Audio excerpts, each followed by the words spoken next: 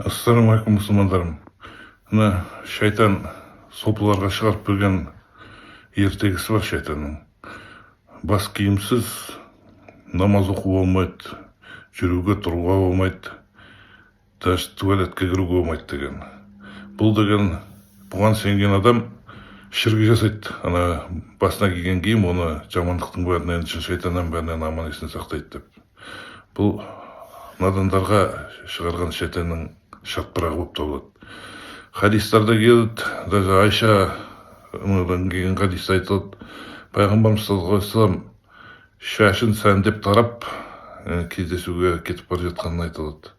Сол сияқты тағы да басқа хадистарда пайғамбарымыз саллаллаху алейхи вассаламның намаз оқыған кезде шашынан су ағып тұрғанын айтылады. Егер бас киімі болса, онда басынан, шашынан қалай су ағады, неге шашын тарап кездесуге барады деген сияқты ойлар келеді.